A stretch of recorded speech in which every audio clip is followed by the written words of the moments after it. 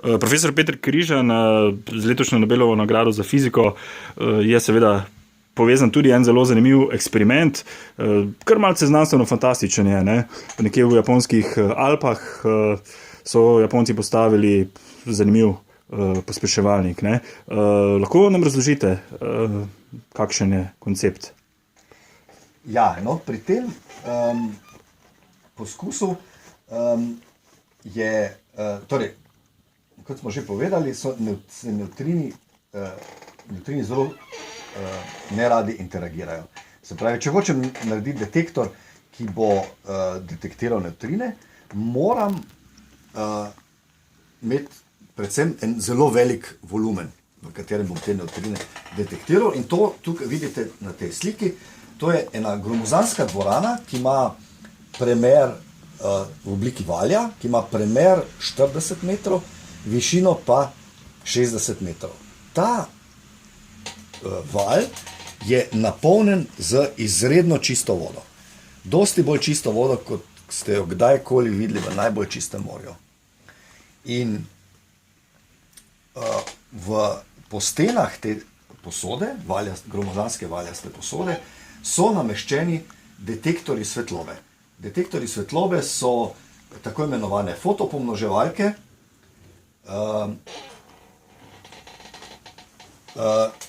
Tukaj na tej sliki vidimo eno izmed njih, skupaj z očetom profesorjem Koshibo iz Tokija, ki je za koncept tega detektorja leta 2002 dobil Nobelovo nagrado.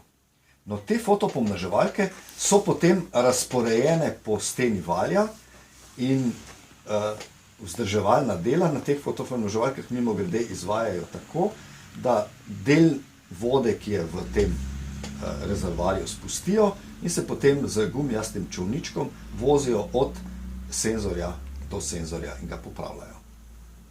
No,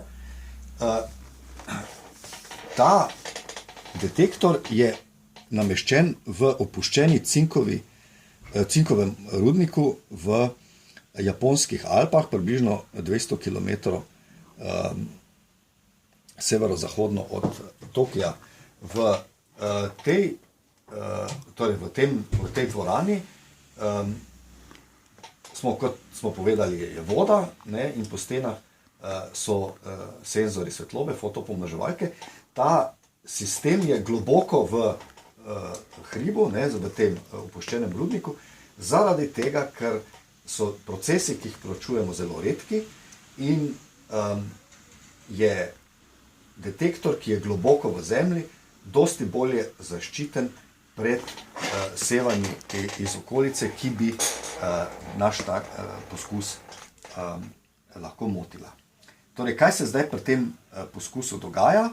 V vodo, s katero smo rekli, je napolnjen ta rezervoar, prileti nevtrinov, priletijo velike množice nevtrinov, večina od njih, kot smo rekli, pač leti skozi, ne da bi karkoli se z njimi zgodilo, nekateri pa reagirajo in če je to bil nevtrino elektronskega tipa, ta nevtrino povzroči nastanek elektrona.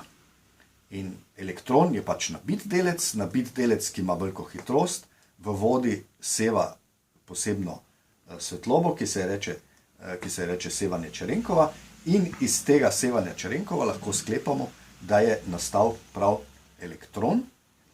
Iz tega, da je nastal elektron, lahko sklepamo, da je bil nevtrino, ki je povzročil to reakcijo, elektronski nevtrino, se pravi določenega tipa. Če bi ta nevtrino bil mionski nevtrino, bi nastal en drug delec, mion, ki bi pač seval drugačno, sevanje Čerenkova na drugačen način. In bi ga potem iz razlike med sevanjem enega in sevanjem drugega lahko sklepamo, ali je bil mion, ali je bil elektron, torej ali je bil mionski nevtrino, ali je bil elektronski nevtrino. In seveda iz tega lahko ločimo, koliko je prišlo elektronskih in koliko je prišlo mionskih nevtrinov. In iz tega so lahko ugotovili, recimo pri tem poskusu, da je medtem ko število elektronskih nevtrinov takšno, kot so pričakovali, je število mionskih nevtrinov bilo bistveno manjše. Se pravi, del mionskih nevtrinov se je moral spremeniti v tretjo vrsto nevtrina, te tako imenovane tau nevtrine.